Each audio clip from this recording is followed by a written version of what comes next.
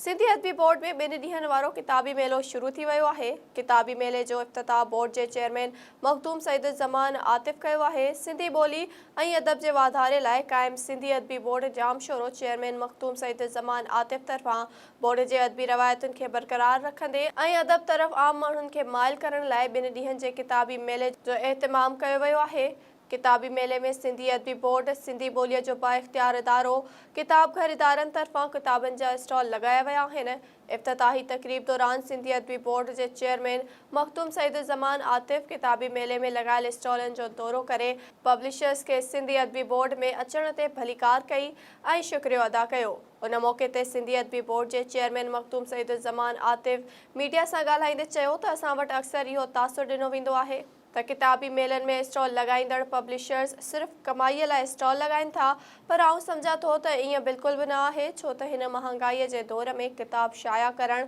ऐं किराया भाड़ा भरे अची स्टॉल लॻाइण सां त उन्हनि जो ख़र्च बि नथो निकिरे। किताबनि जा स्टॉल लॻाईंदड़ पब्लिशर हक़ीक़ी माना में क़ौम जे ख़िदमतगुज़ार जो किरदारु अदा करे रहिया आहिनि, छो त किताब पढ़ण सां इंसान में शऊर जा दरवाज़ा खुलनि था। जेके नौजवान किताबनि तरफ़ राग़िब थियनि था, उन्हनि जा ज़हन मस्बत ऐं तख़्लीक़ात थियनि था, इहे पंहिंजी क़ौम लाइ अॻिते हली हिकु रहनुमा जो किरदारु अदा कनि था। मखदूम सईद-उज़-ज़मान आतिफ़ चयो त मुंहिंजे बतौर चेयरमैन पहिरें ॾींहं खां इहा कोशिश रही आहे त किताबनि जी अशायत सां गॾु इल्मी ऐं अदबी सरगर्मियुनि खे हथी वठायूं ऐं उन सिलसिले में सिंधी अदबी बोर्ड में मुख़्तलिफ़ वक़्तनि ते किताबी मेला लॻाइण सां गॾु ॿियूं अदबी तक़रीरूं पिणु मुनक़िद कंदा रहूं।